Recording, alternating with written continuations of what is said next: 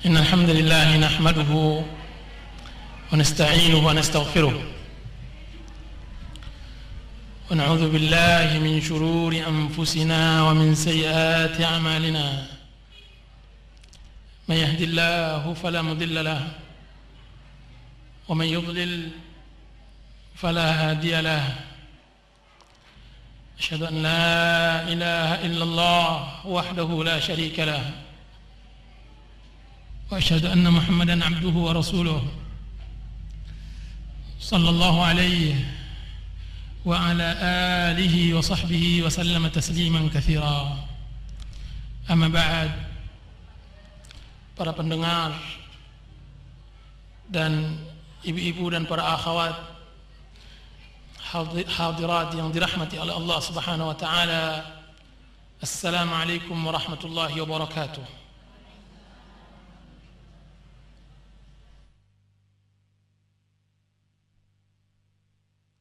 Di sore hari yang berbahagia ini,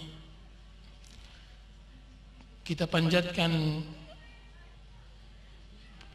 puja-puji syukur kita kepada Allah Azza wa Jalla, yang mana Allah Subhanahu wa taala telah menganugerahkan nikmat karunia yang besar kepada kita. Salawat serta salam kita panjatkan kepada Nabi Muhammad sallallahu alaihi wasallam yang telah mengantarkan manusia ke jalan hidayah dan telah mengajarkan akhlak, adab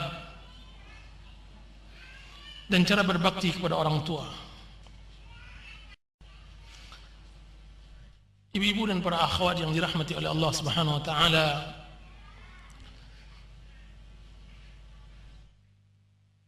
jika seandainya suatu ucapan diterima oleh telinga, maka ucapan hati diterima oleh hati. Ucapan yang keluar dari kalbu akan diterima oleh kalbu juga. Dan tidak ada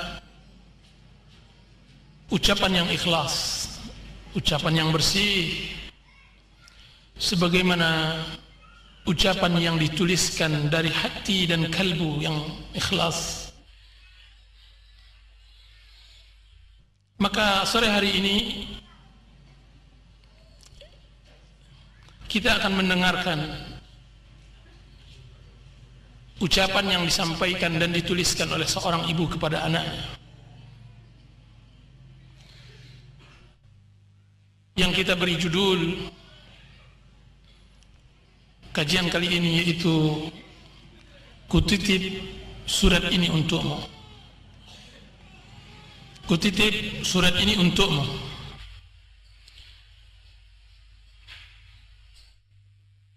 Yaitu seorang ibu menuliskan suratnya kepada anaknya yang telah dewasa, yang telah membangun rumah tangga, yang telah mendapatkan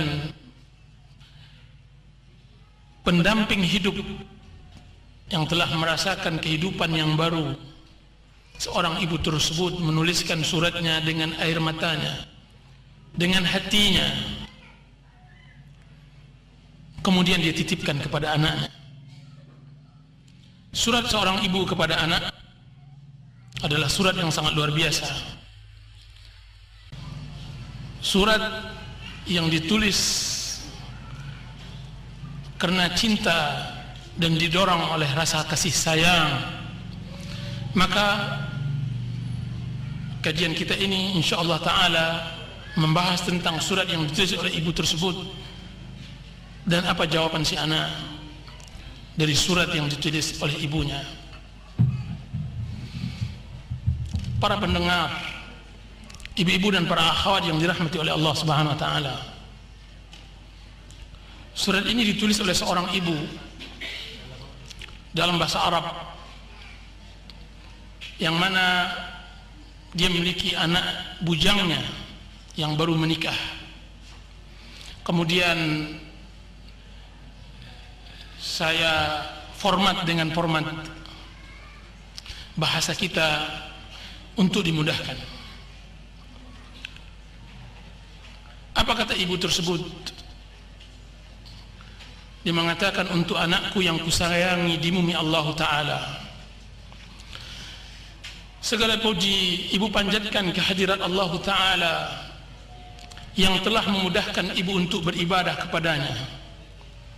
Salawat serta salam ibu sampaikan kepada Nabi Muhammad sallallahu alaihi wasallam, keluarga dan para sahabatnya. Wahai anakku, surat ini datang dari ibumu yang selalu dirundung sengsara. Setelah berpikir panjang, ibu mencoba untuk menulis dan menggoreskan pena, sekalipun keraguan dan rasa malu menyeliputi diri. Setiap kali menulis, setiap itu pula gores tulisan terhalangi oleh tangis, dan setiap kali menitikkan air mata, setiap itu pula hati terluka. Wahai anakku, sepanjang masa yang telah engkau lewati, kulihat engkau telah menjadi laki-laki dewasa, laki-laki yang cerdas dan bijak.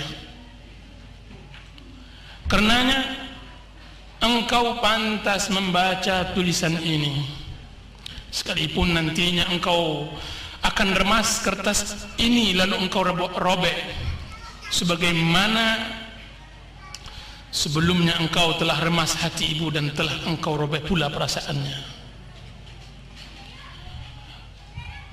Wahai anakku, 25 tahun telah berlalu, dan tahun-tahun itu merupakan tahun kebahagiaan dalam kehidupanku. Suatu ketika dokter datang menyampaikan tentang kehamilanku, dan semua ibu sangat mengetahui arti kalimat tersebut. Bercampur rasa gembira dan bahagia dalam diri ini, sebagaimana ia adalah awal mula dari perubahan fisik dan emosi ibu. Semenjak kabar gembira tersebut, aku membawamu 9 bulan tidur, berdiri, makan, dan bernafas dalam kesulitan. Akan tetapi itu semua tidak mengurangi cinta dan kasih sayangku kepadamu. Bahkan ia tumbuh bersama berjalannya waktu. Aku mengandungmu, wahai anakku, pada kondisi lemah di atas lemah. Bersamaan dengan itu aku begitu gembira tatkala merasakan melihat terjangan kakimu atau balikan badanmu di perutku. Aku merasa puas setiap aku menimbang diriku, karena semakin hari semakin bertambah berat perutku. Berarti dengan begitu engkau sehat walafiat di dalam rahimku, anakku. Penderitaan yang berkepanjangan menderaku sampailah tiba pada fajar pada malam itu, yang aku tidak bisa tidur sekejap pun. Aku merasakan sakit yang tidak tertahankan dan rasa takut yang tidak bisa dilukiskan. Sakit itu berlanjut sehingga membuatku tidak lagi dapat menangis. Sebanyak itu pula aku melihat kematian di hadapanku. Hingga tibalah waktunya engkau keluar ke dunia, engkau lahir. Bercampur air mata kebahagiaanku dengan air mata tangismu. Ketika dia lahir, ketika engkau lahir, menetes air mataku. Mata bahagia, air mata bahagia. Dengan itu semua sejenak keletihan dan kesedihan. Hilang semua sakit dan penderitaan. Bahkan kasihku kepadamu semakin bertambah. Dengan bertambah kuatnya sakit, aku raih dirimu sebelum aku meraih minuman. Aku peluk cium dirimu sebelum meneguk satu tetes air yang ada di kerongkonganku. Wahai anakku, telah berlalu tahun dari usiamu. Aku membawamu dengan hatiku, memandikanmu dengan kedua tangan kasih sayangku. Saripati hidupku kuberikan kepadamu. Aku tidak tidur demi tidurmu, berletih demi kebahagiaanmu. Harapanku pada setiap harinya agar aku selalu melihat senyumanmu. Kebahagiaanku setiap saat adalah permintaanmu agar aku berbuat sesuatu untukmu. Kebahagiaanku setiap saat adalah setiap permintaanmu yang aku akan bisa berbuat untukmu. Itulah kebahagiaanku. Lalu berlalulah waktu. Hari berganti hari, bulan berganti bulan, tahun berganti tahun. Selama itu pula aku setia menjadi pelayanmu yang tidak pernah lalai, menjadi dayangmu yang tidak pernah berhenti, menjadi pekerjamu yang tidak pernah lelah, mendoakan selalu kebaikan dan taufik untukmu. Aku selalu memperhatikan dirimu hari demi hari hingga engkau menjadi dewasa. Badanmu yang tegap, ototmu yang kekar, kumis dan jambang tipis telah menghiasi wajahmu, telah menambah ketampananmu, wahai anakku. Tatkala itu aku mulai melirik. Tatkala itu hadirat, aku mulai melirik ke kiri dan ke kanan demi mencari pasangan hidupmu. Semakin dekat hari perkawinanmu, semakin dekat pula hari kepergianmu. Semakin dekat hari perkawinanmu anakku, semakin dekat pula hari kepergianmu. Tatkala itu hatiku serasa teriris-iris, air mataku mengalir. Entah apa rasanya hati ini. Bahagia telah bercampur dengan duka, tangis telah bercampur pula dengan tawa. Bahagia karena engkau mendapatkan pasangan, karena engkau telah mendapatkan jodoh, engkau telah mendapatkan pendamping hidup. Sedangkan sedih karena engkau adalah pelipur hatiku yang akan berpisah sebentar lagi dari diriku. Waktu pun berlalu seakan-akan aku menyeretnya dengan berat. Kiranya setelah perkawinan itu aku tidak lagi mengenal dirimu. Setelah perkawinanmu itu aku tidak lagi mengenal dirimu. Senyummu yang selama ini menjadi pelipur duka dan kesedihanku sekarang telah sirna bagaikan matahari yang ditutupi oleh kegelapan malam. Tawamu yang selama ini kujadikan buluh perindu sekarang telah tenggelam seperti batu yang dijatuhkan ke dalam kolam yang hening dengan dedaunan yang keguguran. Aku benar-benar tidak mengenalmu lagi karena engkau telah melupakanku dan melupakan hakku. Aku benar tidak mengenalmu lagi, wahai anakku, karena engkau telah melupakanku dan melupakan hakku. Terasa lama hari-hari yang kulewati hanya untuk ingin melihat rupamu. Jadi ibu ini mulai merasakan kesepian setelah menikah anaknya. Detik demi detik ku hitung demi mendengar suaramu. Akan tetapi penantian kerusakan sangat panjang. Aku selalu berdiri di pintu hanya untuk melihat dan menanti kedatanganmu. Setiap kali berdiri di pintu aku menyangka bahwa engkaulah orang yang datang itu. Setiap kali telepon berdering aku merasa bahwa engkau yang akan menelponku. Setiap suara kendaraan yang lewat aku merasa bahwa engkaulah yang datang. Akan tetapi semua tidak ada. Penantianku sia-sia dan harapanku hancur berkeping. Yang ada hanya keputusasaan, yang tersisa hanya kesedihan dari semua. Yang tersisa hanya kesedihan dari semua keletihan yang selama ini kurasakan.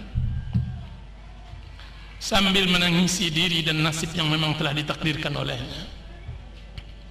Anakku, ibumu tidaklah meminta banyak.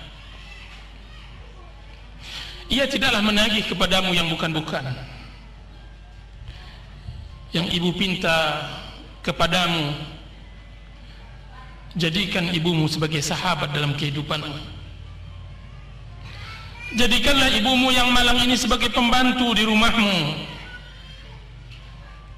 agar bisa juga aku bisa menatap wajahmu, agar ibu teringat pula dengan hari-hari bahagia masa kecilmu.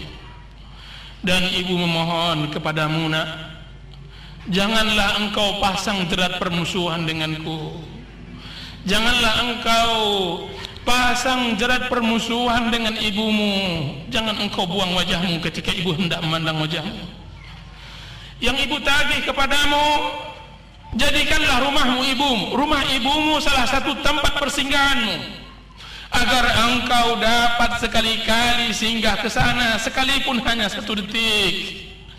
Jangan jadikan ia sebagai tempat sampah yang tidak pernah engkau kunjungi, atau sekiranya terpaksa engkau datang sambil engkau tutup hidungmu dan engkau pun berlalu pergi. Anakku, telah bungkuk pula punggungku, bergemetar tanganku, karena badanku telah dimakan oleh usia dan telah digerogoti oleh penyakit. Berdirinya seharusnya telah dipapah, duduk pun seharusnya dibopong. Akan tetapi yang tidak pernah sirna, anakku, adalah cintaku kepadamu. Masih seperti dulu, masih seperti lautan yang tidak pernah kering, masih seperti angin yang tidak pernah berhenti. Sekiranya engkau dimuliakan satu hari saja oleh seseorang, sekiranya engkau dimuliakan satu hari saja oleh seseorang, niscaya engkau akan balas kebaikan dengan kebaikan. Sedangkan ibumu, mana balas budimu, mana balasan bayimu? Bukankah air susu seharusnya dibalas dengan air serupa? Bukan sebaliknya air susu dibalas dengan air tuba? Dan bukankah Allah Ta'ala telah berfirman, hal jazaa'ul ihsan illa al-ihsan? Bukankah balasan kebaikan kecuali dengan kebaikan yang serupa? Sampai begitukah keras hatimu dan sudah begitu jauhkah dirimu setelah berlalunya hari dan berselangnya waktu? Wahai anak,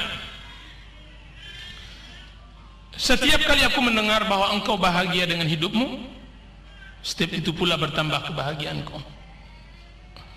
Bagaimana tidak? Karena engkau adalah buah dari kedua tanganku. Engkau adalah hasil dari kelitihanku. Engkaulah laba dari semua usahaku. Dosa apakah yang telah ku perbuat sehingga engkau jadikan diriku musuh bebuyutanmu? Apakah aku pernah salah pada suatu hari dalam bergaul denganmu? Atau pernahkah aku berbuat lalai dalam melayanimu? Tidak dapatkah engkau menjadikanku pembantu yang terhina sekian banyak dari pembantu-pembantumu yang mereka semua telah engkau beri upah? Tidak dapatkah engkau berikan sedikit perlindungan kepadaku di bawah naungan kebesaranmu? Dapatkah engkau sekarang menganugerahkan sedikit kasih sayang demi mengobati derita orang tua yang malang ini? Dan Allah Subhanahu wa taala mencintai orang-orang yang berbuat baik. Innallaha yuhibbul muhsinin. Innallaha yuhibbul muhsinin. Wahai anakku, aku hanya ingin melihat wajahmu dan aku tidak menginginkan yang lain. Wahai anakku, hatiku terasa teriris, air mataku mengalir, sedangkan engkau sehat walafiat. Orang-orang sering mengatakan bahwa engkau adalah laki-laki yang supel, dermawan dan berbudi. Anakku, apakah hatimu tidak tersentuh terhadap seorang wanita tua yang lemah, binasa dimakan oleh rindu, berselimutkan kesedihan dan berpakaian kedukaan? Berselimutkan kesedihan dan berpakaian kedukaan. Tidakkah hatimu tersentuh terhadap seorang wanita tua yang lemah, binasa dimakan oleh rindu, berselimutkan kesedihan dan berpakaian kedukaan? Kenapa? Tahukah engkau itu? Karena engkau telah berhasil mengalirkan air matanya, karena engkau telah membalasnya dengan luka di hatinya, karena engkau telah pandai menikam dirinya dengan belati durhakamu, tepat menghunjam jantungnya, karena engkau telah berhasil pula memutuskan tali silaturahim, karena engkau telah berhasil pula memutuskan tali silaturahim. Wahai anakku, ibumu inilah sebenarnya pintu surga, maka titilah jembatan itu menujunya. Lewatilah jalannya dengan senyuman yang manis, pemaafan dan balas budi yang baik. Semoga aku bertemu denganmu di sana dengan kasih sayang Allah Ta'ala, sebagaimana di dalam hadis, al-walidu awsatu abwabil jannah, fa in syi'ta fa'adhi' dhalika al-bab aw ihfadhu. Orang tua adalah pintu surga yang di tengah. Sekiranya engkau mau, sia-siakanlah pintu itu atau jagalah. Hadis dikeluarkan oleh Imam Ahmad. Anakku, aku mengenalmu sejak dahulunya, semenjak engkau telah beranjak dewasa, bahwa engkau sangat tamak dengan pahala. Aku tahu bahwa engkau sangat tamak dengan pahala. Engkau selalu bercerita tentang keutamaan berjamaah. Engkau selalu bercerita terhadapku tentang keutamaan saf pertama di dalam salat berjamaah. Engkau selalu mengukakan tentang infak, tentang bersedekah. Akan tapi satu hadis yang kau lupakan, nak. Satu hadis yang kau lupakan, satu keutamaan besar yang kau telah lalaikan, yaitu bahwa Nabi sallallahu alaihi wasallam telah bersabda, sebagaimana yang diriwayatkan oleh Abdullah bin Mas'ud, qal sa'altu Rasulullah sallallahu alaihi wasallam faqult ya Rasulullah ayyul a'mali afdal, qala as-salatu limiqatiha, qultu thumma madha ya Rasulullah, qala birrul walidain, qultu thumma madha ya Rasulullah, qala al-jihadu fi sabilillah, thumma sakata anni Rasulullah sallallahu alaihi wasallam walau istazadtuhu lazadani, muttafaqun alaih. Dari Abdullah bin Mas'ud radhiyallahu anhu berkata, aku bertanya kepada Rasulullah sallallahu alaihi wasallam, wahai Rasulullah, amal apa yang paling mulia? Beliau berkata, salat pada waktunya. Aku berkata, kemudian apa ya Rasulullah? Beliau berkata, berbakti kepada kedua orang tua. Berbakti kepada kedua orang tua. Aku berkata, kemudian wahai Rasulullah? Beliau menjawab, jihad di jalan Allah. Lalu beliau diam. Sekiranya aku bertanya lagi, niscaya beliau akan menjawabnya. Itulah hadis Abdullah bin Mas'ud. Wahai anakku, ini aku, ibumu, pahalamu, tanpa engkau harus memerdekakan budak atau banyak-banyak berinfak, tanpa engkau harus banyak-banyak bersedekah, aku pahalamu. Pernahkah engkau mendengar seorang yang telah meninggalkan keluarga dan anak-anaknya dan berangkat jauh dari negerinya untuk mencari tambang emas? Pernahkah engkau mendengar cerita itu? Seorang suami meninggalkan keluarga dan anak-anaknya berangkat jauh ke negeri seberang, ke negeri entah berantah untuk mencari tambang emas untuk menghidupkan keluarganya. Dia salami satu persatu. Dia ciumi istrinya, dia sayangi anaknya. Dia mengatakan, ayah kalian wahai anak-anak, aku akan berangkat ke negeri yang ayah sendiri tidak tahu. Ayah akan mencari emas. Rumah kita yang rehat ini jagalah. Ibu kalian yang tua renta ini jagalah. Berangkatlah suami tersebut. Suami yang berharap untuk pergi jauh untuk mendapatkan emas, untuk membesarkan anak-anaknya, untuk membangun istana dari rumah ke rumah reotnya. Akan tetapi apa yang terjadi? Setelah 30 tahun dalam perantauan, yang ia bawa hanya tangan hampa dan kegagalan. Dia gagal dalam usahanya.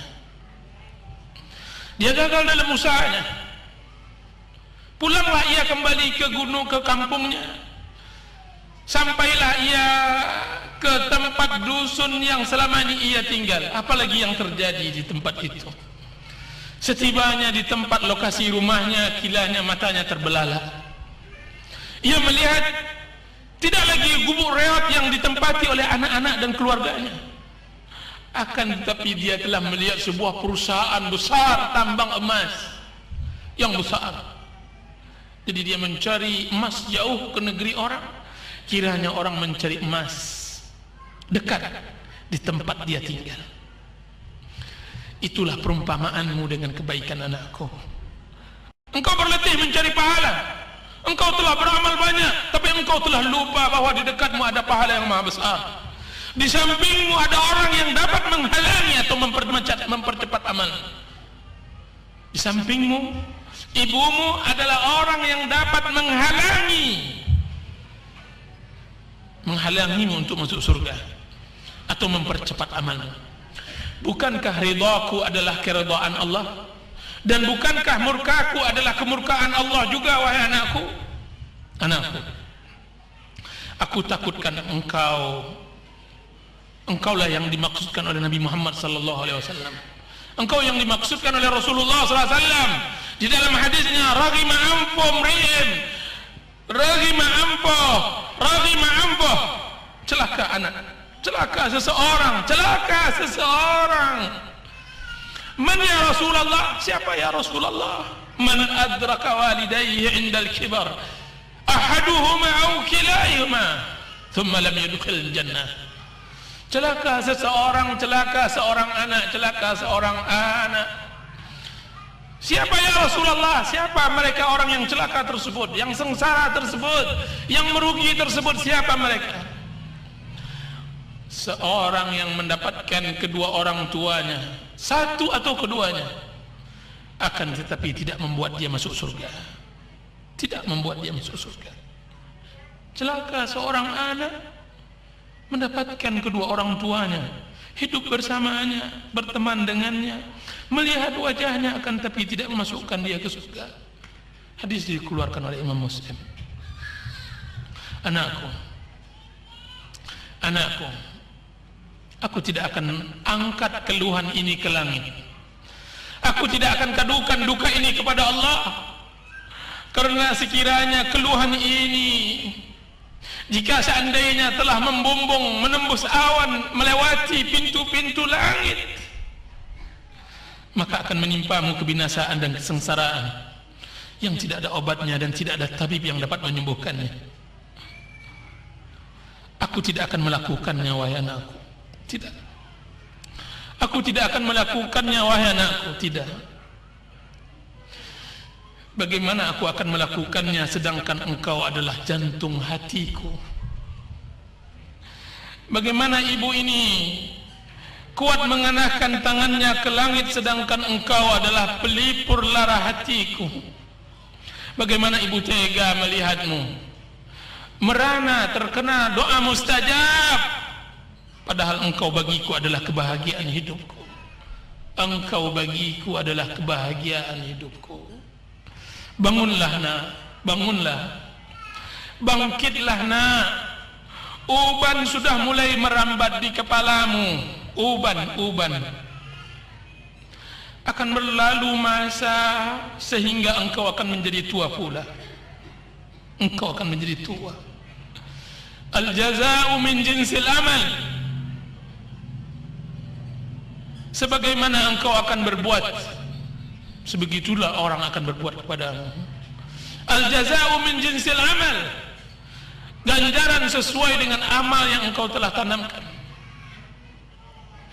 Engkau akan memetik sesuai dengan apa yang engkau tanam. Aku tidak ingin engkau menulis surat ini. Aku tidak ingin engkau menulis surat yang sama dengan air matamu kepada anak-anakmu sebagaimana aku telah menulisnya kepadamu. Wahai anakku, bertakwalah kepada Allah. Bertakwalah, takutlah engkau kepada Allah. Berbaktilah kepada ibu. Peganglah kakinya, sesungguhnya surga di kakinya. Basuhlah air matanya, balurlah kesedihannya, kencangkan tulang ringkihnya, dan kokohkan badannya yang telah lapuk. Anakku, setelah engkau membaca surat ini terserah padamu Apakah engkau sadar dan engkau akan kembali, atau engkau akan merobeknya? Sallallahu ala nabiyyina Muhammadin wa ala alihi wa sahbihi wasallam. Dari ibumu yang merana. Itulah hadirat ibu-ibu dan para akhwat, surat yang ditulis, yang sangat luar biasa, ditulis oleh seorang ibu kepada bujangnya, kepada pemudanya, kepada anaknya yang baru menikah atau yang telah menikah, telah mendapatkan beberapa anak. Perasaan seorang ibu yang sangat sensitif. Sekarang mari kita dengar apa yang dibalas oleh seorang anak tersebut. Dengan ucapan apa dia bisa menulis, dengan perkataan apa dia bisa menjawab surat yang datang dari ibunya tersebut. Mari kita dengarkan. Di sana inti permasalahan. Banyak permasalahan berbakti, masalah durhaka seorang anak berada di puncak-puncaknya ketika seorang anak telah menikah dengan seorang gadis. Apa kata anak tersebut? Mari kita dengarkan surat balasan itu. Maka setelah berapa minggu dia mendapatkan titipan surat ibunya itu, maka dia membalasnya. Kepada yang tercinta, bundaku yang kusayang, segala puji bagi Allah yang telah memuliakan kedudukan kedua orang tua dan telah menjadikan mereka berdua sebagai pintu tengah menuju surga. Salawat serta salam hamba yang lemah ini panjatkan keharibaan Nabi yang mulia, keluarga serta para sahabatnya hingga hari kiamat. Amin. Ibu, aku terima suratmu yang engkau tulis dengan tetesan air mata dan duka. Aku telah membaca semuanya. Tidak ada satu huruf pun yang aku sisakan. Tapi tahukah engkau, ibu, bahwa aku membacanya semenjak salat Isya. Semenjak salat Isya aku tutup pintu kamar, aku buka surat yang engkau tuliskan untukku, dan baru aku selesaikan membacanya setelah ayam berkokok, setelah fajar telah terbit dan azan pertama telah dikumandangkan. Sebenarnya lah surat yang engkau tulis tersebut, jika ditaruhkan ke dalam batu tentu ia akan pecah. Jika engkau letakkan ke atas daun yang hijau tentu ia akan kering. Sebenarnya lah surat yang engkau tulis tersebut tidak akan tertelan oleh ayam, tidak akan termakan oleh itu. Sebenarnya lah wahai ibu, bahwa suratmu itu bagiku bagaikan petir kemurkaan yang jika dikecutkan ke pohon, jika seandainya dilembutkan ke pohon yang besar, dia akan rebah dan terbakar. Suratmu wahai ibu bagaikan awan kaum Samud yang datang berarak, yang telah siap dimuntahkan kepadaku. Ibu, aku telah baca suratmu, sedangkan air mataku tidak pernah berhenti. Bagaimana tidak jika surat itu ditulis oleh seorang yang bukan ibu, dan ditulis bukan ditujukan pula kepadaku? Layaklah orang yang paling bebal untuk menangis sejadi-jadinya. Bagaimana kiranya yang menulis itu adalah ibuku sendiri, adalah engkau, dan surat itu ditujukan untukku sendiri, adalah aku. Sungguh aku sering membaca kisah sedih. Tidak terasa bantal telah dijadikan tempat, yang telah dijadikan tempat bersandar telah basah karena air mata. Bagaimana pula dengan surat yang ibu tulis itu? Bukan cerita yang ibu karang atau sebuah drama yang ibu perankan, akan tetapi dia adalah kenyataan hidup yang ibu rasakan. Ibuku yang kusayangi, ibuku yang kusayang. Sungguh berat cobaanmu, sungguh malang penderitaanmu. Semua yang engkau telah sebutkan benar adanya. Semua yang engkau sebutkan telah benar adanya. Aku masih ingat ketika engkau ditinggalkan ayah pada masa engkau hamil tua mengandung diriku, mengandung adikku. Ayah pergi entah kemana tanpa meninggalkan uang belanja. Jadilah engkau mencari apa yang dapat dimasak di sekitar rumah dari dedaunan dan tumbuhan. Dengan jalan berat engkau melangkah ke kedai untuk membeli ala kadarnya, sambil engkau membisikkan kepada penjual, bahwa apa yang engkau ambil tersebut hutang yang engkau sendiri tidak tahu kapan engkau akan melunasinya. Ibu, aku masih ingat ketika kami anak-anakmu menangis untuk dibuatkan makanan, engkau tiba-tiba menggapai atap dapur untuk mengambil kerak nasi yang telah lama engkau jemur dan keringkan. Tidak jarang pula engkau simpan untukku setelah sepulang sekolah tumbung kelapa. Tahu ibu-ibu tumbung kelapa? Ibu-ibu di sini tahu ibu tumbung kelapa? Iya. Hanya untuk melihat aku mengambilnya dengan segera. Atau aku masih ingat engkau sengaja ambilkan air didih dari nasi yang sedang dimasak ketika engkau temukan aku dalam keadaan sakit demam. Ibu, maafkanlah anakmu ini. Aku tahu bahwa semenjak engkau gadis, sebagaimana yang diceritakan oleh nenek, sampai engkau telah tua seperti sekarang ini, engkau belum pernah mengecap kebahagiaan. Duniamu hanya rumah serta halamannya. Kehidupanmu hanya dengan anak-anakmu. Belum pernah aku melihat engkau tertawa bahagia, kecuali ketika kami anak-anakmu datang ziarah kepadamu. Selain dari itu tidak ada kebahagiaan. Semua hidupmu adalah perjuangan. Semua hari-harimu adalah pengorbanan. Ibu, maafkan anakmu ini. Semenjak engkau pilihkan untukku seorang istri wanita yang telah engkau puji sifat dan akhlaknya, yang engkau telah sanjung suku dan negerinya, semenjak itu pula aku seakan-akan lupa denganmu. Lupa denganmu, wahai ibu. Keberadaan dia sebagai istriku telah melupakan posisi engkau sebagai ibuku. Senyuman dan sapaannya telah melupakanku dengan himbauanmu. Ibu, aku tidak menyalahkan wanita pilihanmu tersebut. Tidak. Karena kewajibannya untuk menunaikan tanggung jawabnya sebagai istri. Aku berharap pada permasalahan ini engkau tidak membawa-bawa namanya dan mengaitkan kedurhakaanku kepadamu karenanya. Karena selama ini di mataku dia adalah istri yang baik, istri yang telah berupaya berbuat banyak untuk suami dan anak-anaknya, istri yang selalu untuk menyuruh berbuat taat dan berbakti kepada kedua orang tua. Ibu, ketika seorang laki-laki menikah dengan seorang wanita, maka seolah-olah dia telah mendapatkan permainan baru, seperti anak kecil mendapatkan boneka atau orang-orangan. Maafkan aku, ibu.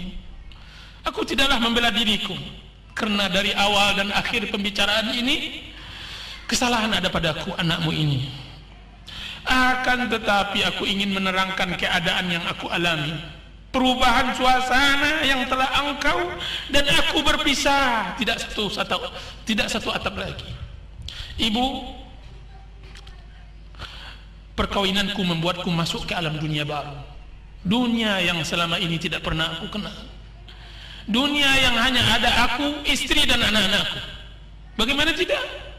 Istri yang baik, anak-anak yang lucu. Maafkan aku, ibu. Maafkan aku, anakmu. Aku merasa dunia hanya milik kami. Aku tidak peduli dengan keadaan orang yang penting bagiku. Aku tidak peduli. Yang penting bagiku adalah keadaan mereka, anak-anak dan istriku. Ibu, maafkan aku, anakmu. Ampunkan aku, anakmu. Aku telah lalai, aku telah alpa, aku telah lupa, aku menyia-nyiakanmu. Aku pernah mendengar kajian bahwa orang tua difitrahkan untuk cinta kepada anaknya, akan tetapi anak difitrahkan untuk menyia-nyiakan orang tuanya. Ibu, anak difitrahkan untuk menyia-nyiakan orang tua, difitrahkan. Oleh sebab itu dilarang mencintai anak secara berlebihan, sebagaimana anak dilarang berbuat durhaka kepada orang tua. Itulah yang terjadi pada diriku, wahai anakku. Aku pasti akan gila ketika melihat anakku sakit. Aku seperti orang kebingungan ketika melihat anakku diare. Tapi itu sulit aku rasakan jika hal itu terjadi padamu, wahai anak ibu, wahai ibu. Itu sulit aku rasakan jika seandainya hal itu terjadi pada ibu dan pada ayah. Ibu, sulit aku merasakan perasaanmu, sulit. Kalaulah bukan karena bimbingan agama yang telah engkau talkinkan kepadaku, tentu aku telah seperti kebanyakan anak-anak yang durhaka kepada orang tuanya. Kalaulah bukan karena baktimu pula kepada orang tuamu dan orang tua ayahmu, orang tua ayah, niscaya aku tidak akan pernah mengenal arti bakti kepada orang tua. Setelah suratmu datang baru aku mengerti. Setelah suratmu datang baru aku mengerti. Karena selama ini hal itu tidak pernah engkau ungkapkan. Semuanya engkau simpan dalam-dalam, seperti semua permasalahan yang berat yang engkau hadapi selama ini. Sekarang baru aku mengerti, wahai ibu, bahwa hari yang sulit bagi seorang ibu adalah hari di mana anak laki-lakinya telah menikah dengan seorang wanita. Wanita yang telah mendapat keberuntungan. Bagaimana tidak? Dia dapatkan seorang laki-laki yang telah matang pribadinya dan matang ekonominya, dari seorang ibu yang telah letih membesarkannya. Dari hidup ibu itulah dia dapatkan kematangan jiwa, dan dari uang ibu itu pula lah dia dapatkan kematangan ekonomi.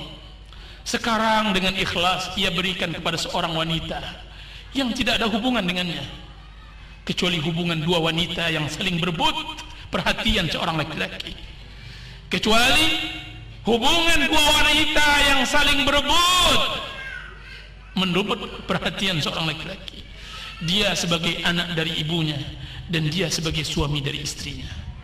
Ibuku sayang, maafkan aku, ampunkan diriku. Satu tetes air matamu adalah lautan api neraka bagiku. Janganlah engkau menangis lagi. Janganlah engkau menangis lagi. Janganlah engkau berduka lagi. Karena duka dan tangismu menambah dalam jatuhku ke dalam api neraka. Aku takut, ibu, takut. Kalau akan itu pula yang aku peroleh, kalau kan neraka pula yang aku dapatkan, izinkan aku membuang semua kebahagiaanku selama ini, demi hanya untuk dapat menyeka air matamu. Kalau akan engkau pula murka kepada aku, izinkan aku datang kepadamu membawa segala yang aku miliki, lalu menyerahkannya kepadamu. Lalu terserah engkau mau engkau perbuat apa. Sungguh ibu, dari hati aku katakan, aku tidak mau masuk neraka. Sekalipun aku memiliki kekuasaan Firaun dan kekayaan Qarun dan keahlian Haman, niscaya aku tidak akan tukar dengan kesengsaraan di akhirat sekalipun sesaat. Siapa pula yang tahan dengan azab neraka, wahai bunda? Siapa pula yang tahan dengan azab neraka, wahai bunda? Maafkan aku anakmu, wahai ibu. Adapun sebutanmu tentang keluhan dan pengaduan kepada Allah Subhanahu wa taala, bahwa engkau belum mau mengangkatnya ke langit, bahwa engkau belum lagi mau berdoa kepada Allah akan kedurhakaanku, maka ampun wahai ibu, kalaulah itu yang terjadi, doa itu tersampaikan ke langit, salah pula ucap lisanmu, apalah jadinya nanti diriku? Apalah jadinya nanti diriku? Tentu aku akan menjadi tunggul yang tumbang disambar petir. Apalah gunanya kemegahan sekiranya engkau doakan atasku kebinasaan? Tentu aku akan menjadi pohon yang tidak berakar ke bumi dan dahannya tidak bisa sampai ke langit. Di tengahnya dimakan kumbang pula. Kalaulah doamu terucap atasku, wahai bunda, maka tidak ada lagi gunanya hidup. Tidak ada lagi gunanya kekayaan, tidak ada lagi gunanya banyak pergaulan. Ibu, dalam sepanjang sejarah anak manusia yang kubaca, maka tidak ada orang yang berbahagia setelah kena kutuk orang tuanya. Itu di dunia. maka aku tidak dapat bayangkan bagaimana nasibnya di akhirat. Tentu ia lebih sengsara. Ibu, setelah membaca suratmu, baru aku menyadari kekhilafan, kealpaan, dan kelalaianku. Ibu, pastikan suratmu akan kujadikan jimat dalam hidupku. Setiap kali aku lalai dalam berkhidmat kepadamu, akan kubaca ulang kembali. Tiap kali aku lengah darimu, akan kutalkinkan diriku dengannya. Akan kusimpan dalam lubuk hatiku sebelum aku menyimpannya dalam kotak wasiatku. Akan aku sampaikan kepada anak keturunanku bahwa ayah mereka dahulu pernah lalai di dalam berbakti, lalu ia sadar dan kembali kepada kebenaran. Ayah mereka pernah berbuat salah sehingga ia telah menyakiti hati orang yang seharusnya ia cintai, lalu ia kembali kepada petunjuk. Bunda, tua, engkau berbicara tentang tua, wahai bunda. Siapa yang tidak mengalami ketuaan, wahai ibu? Burung elang yang terbang di angkasa tidak pernah bermain kecuali di tempat yang tinggi. Suatu saat nanti dia akan jatuh jua, dikejar dan diperebutkan oleh orang burung-burung kecil. Singa, si raja hutan yang selalu memangsa, jika telah tiba tua, dia akan dikejar-kejar oleh anjing kecil tanpa ada perlawanan. Tidak ada kekuasaan yang kekal, tidak ada kekayaan yang abadi. Yang tersisa hanya amal baik atau amal buruk yang akan dipertanggungjawabkan. Ibu, doakan anakmu ini agar menjadi anak yang berbakti kepadamu di masa banyak, di mana banyak anak-anak yang durhaka kepada orang tuanya. Angkatlah ke langit munajatmu untukku agar aku peroleh kebahagiaan abadi di dunia dan di akhirat. Ibu, sesampainya suratku ini, insya Allah tidak akan ada lagi air mata yang jatuh karena ulah anakmu. Setelah ini tidak ada lagi kejauhan antaraku denganmu. Bahagiamu adalah bahagiaku, kesedihanmu adalah kesedihanku, senyumanmu adalah senyumanku, tangismu adalah tangisku. Aku berjanji untuk selalu berbakti kepadamu buat selamanya, dan aku berharap agar aku dapat membahagiakanmu selagi mataku masih bisa berkedip. Aku berjanji, aku berharap aku dapat membahagiakanmu selagi mataku masih bisa berkedip. Maka bahagiakanlah dirimu, bahagiakanlah dirimu. Buanglah segala kesedihan, cobalah tersenyum. Ini kami, aku, istri dan anak-anak sedang bersiap-siap untuk bersimpuh di hadapanmu, mencium tanganmu. Salam hangat dari anakmu yang durhaka. Wallahu ta'ala. Ibu-ibu, para akhwat dan para pendengar yang dirahmati oleh Allah Subhanahu wa taala, itulah kajian kita pada kesempatan kali ini. Mudah-mudahan ada manfaatnya. Wa sallallahu ala nabiyyina Muhammadin wa ala alihi wa sahbihi wasallam. Wassalamu alaikum warahmatullahi wabarakatuh.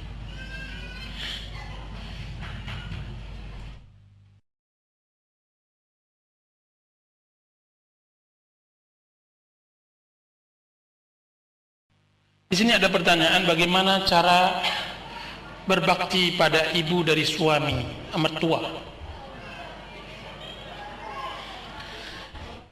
Para pendengar, ibu-ibu dan para akhwat yang dirahmati oleh Allah Subhanahu wa taala, sering istri mengeluhkan tentang tidak cintanya seorang suami kepadanya. Sering si istri mengeluhkan tentang tidak romantisnya seorang suami kepadanya. Banyak keluhan para istri, banyak kaduan. Akan tetapi tahukah mereka, para istri, bahwa salah satu untuk meruntuhkan kesombongan dan kepongahan seorang suami dari orang tuanya? Tahukah para istri bahwa jika seandainya Anda ingin mendapatkan tempat di hati suami Anda, maka hendaklah Anda harus merebut ibunya. Karena seorang suami ketika dia mengetahui istrinya menghargai, menghormati, menyayangi ibunya, maka dia akan meningkatkan dan mengangkat martabat dan harkat istrinya tersebut. Banyak juga seorang istri tidak mau dipoligami, tidak mau dita'addud. Akan tetapi bersamaan dengan itu dia tidak tahu bagaimana cara menghambat, mengikat istrinya, mengikat suaminya agar dia hanya mendapatkan dirinya saja. Jika seandainya seorang istri mengetahui rahasia bagaimana cara mengikat suami agar dia tidak melakukan poligami, maka mulailah dari ibunya. Maka saya katakan bahwa berbakti kepada ibu mertua, dia adalah sarana untuk bisa berbahagia dalam rumah tangga. Ini adalah jalan yang sangat baik. Jika seandainya kita ingin memberikan kebahagiaan pada keluarga kita, jika seandainya seorang istri ingin meningkatkan rasa kasih sayang dan cinta di dalam rumah tangga, maka ikut sertakan di dalam berbakti kepada ibu mertua. Memang di dalam kenyataannya bahwa seorang istri dengan mertuanya bagaikan seekor kucing dengan tikus. Akan tetapi seorang wanita salihah, seorang istri yang cerdik, dia tidak melakukan hal seperti itu. Dia bisa mengikat ibu mertuanya agar anaknya, yaitu suaminya, selalu mencintai dirinya. Coba, sesungguhnya telah banyak para istri melakukan hal ini sehingga mereka berbahagia di rumah tangga mereka. Bagaimana caranya? Bagaimana cara berbakti kepada orang tua? Jangan jangan absen. Di dalam 1 minggu harus Anda berangkat menemui orang tua suami. Cium tangannya, ambil tangannya, cium. Dan jangan bakhil dengan kue dan masakan yang Anda berikan, Anda buat untuk suami Anda, kemudian Anda berikan kepada ibu mertua. Kemudian, dan jangan bakhil, selipkan kepadanya di dalam sakunya setiap mau berangkat uang 5.000 atau 10.000 rupiah. Yang penting Anda memberi.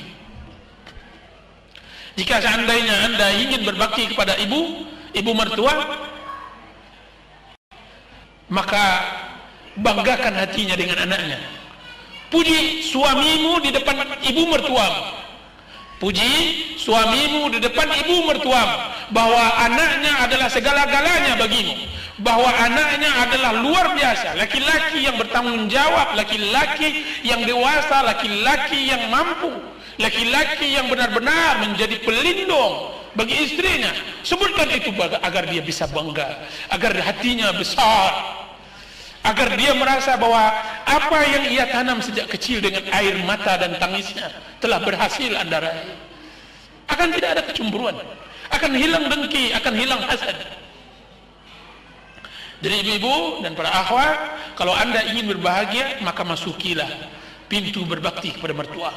Telah banyak orang yang mencoba dan mereka berhasil. Wallahu ta'ala alam.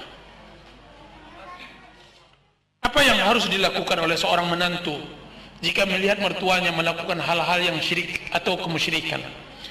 Yang harus dibuat oleh seorang menantu atau seorang anak yang melihat orang tuanya dalam kemusyrikan adalah firman Allah Subhanahu wa taala yang mengatakan, wa in jahadaka ala an tusyrika bima laysa laka bihi ilm fala tuti'huma wa sahibuhuma fid dunya ma'rufa. Jika seandainya mereka berdua berupaya untuk membuat engkau bersyirik, melakukan syirik, maka jangan taati. Jangan taati perintah syirik, akan tetapi berbaktilah kepada keduanya. Ibu-ibu, berbaktilah. Jadi yang harus dilakukan bagi yang mempunyai mertua yang jauh dari pengajaran agama, harus melipat gandakan berbakti, berakhlak, memberi, memberi hadiah, memberi senyuman, memberi perhatian. Jadikan diri Anda sebagai teman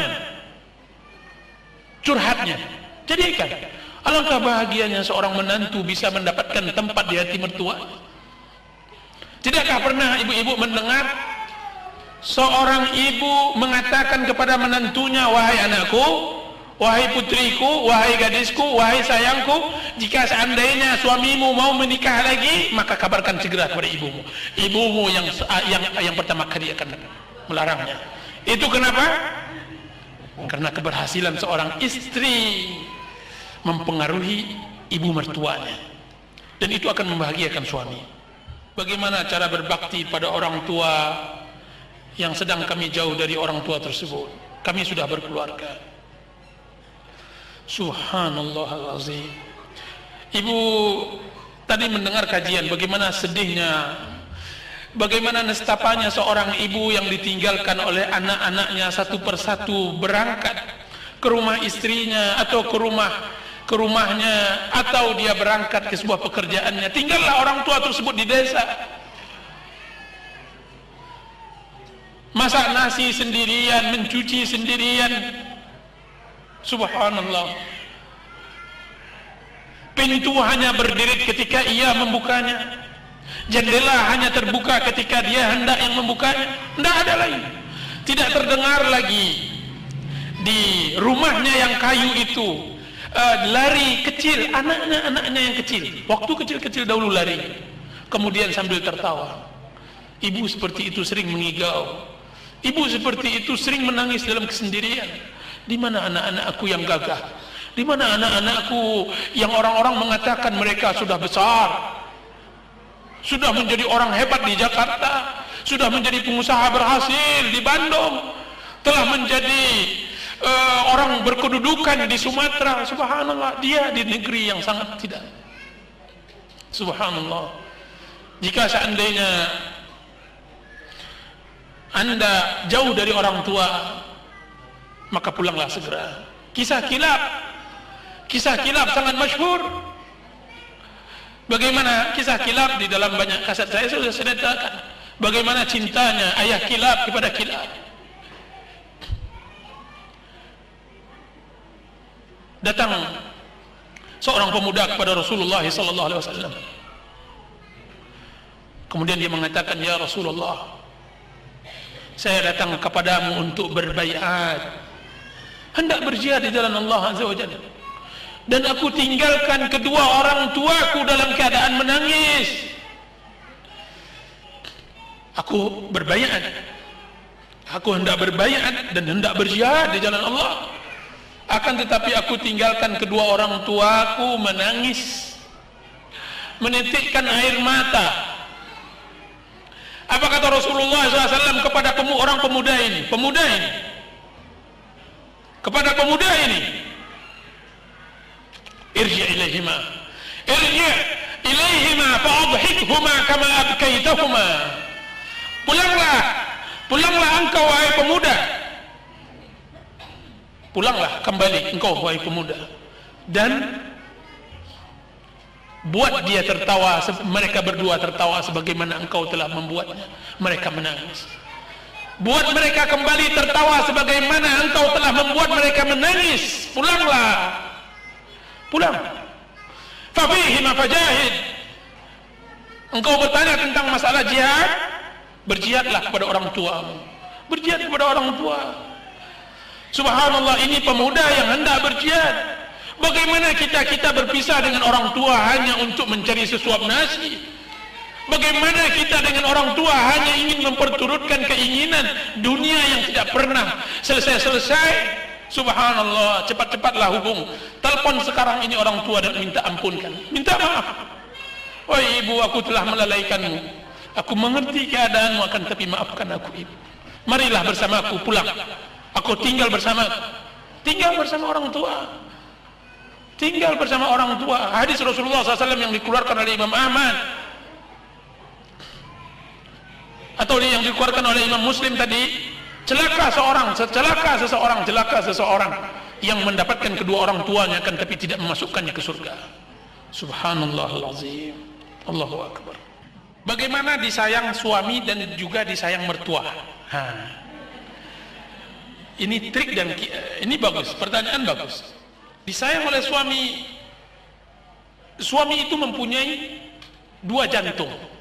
Suami yang baik mempunyai dua jantung. Jantung yang satu diletakkan pada dirinya dan jantung yang satu lagi diletakkan kepada ibunya. Satu yang tidak bisa dimaafkan oleh suami, jika seandainya istrinya berani menjatuhkan ibunya di matanya, dia tidak akan terima. Dia tidak akan terima. Nah, jika seandainya ibu ingin disayang oleh suami dan ingin disayang oleh mertua, berbakti kepada suami dan berbakti kepada orang tuanya, bukan karena orang tuanya, akan tetapi untuk mendapatkan kasih sayang suami. Bukan untuk mereka, akan tetapi untuk ibu sebagai istri. Bagaimana caranya? Tadi saya telah terangkan secara singkat bagaimana caranya. Bahwa dengan berbuat baik kepada mereka semasa hidup.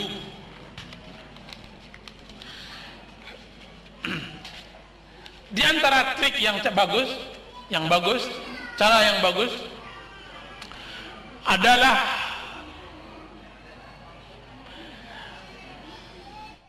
kalau permasalahan keluarga wanita, itu yang seharusnya berinisiatif di dalam memberi adalah suami. Kalau seandainya itu untuk kepentingan keluarga suami, maka seharusnya yang berinisiatif baik adalah istri. Misalnya datang ke rumahnya yaitu ke rumah suami istri, ibu mertua istri, ibu dari mertua istri, berarti ibu dari suaminya. Ketika datang, yang seharusnya berinisiatif adalah istri. Suami yang datang adalah ibu suami. Ya, yang berinisiatif dalam masalah itu adalah istrinya. Misalnya ongkos hendak berangkat pulang. Ongkos yang hendak berangkat pulang itu misalnya berapa dek kita kasih ibu? Kita kalau menurut abang sih kasih aja harga tiket sudah itu, biar aja lah makan sendiri aja dah, pakai uang pensiunan. Nah, istri harus mengatakan begitu, jangan bang, akan tapi kasih uang tiket, kasih uang belanja dengan sebulan uang hidup di sana. Berarti apa?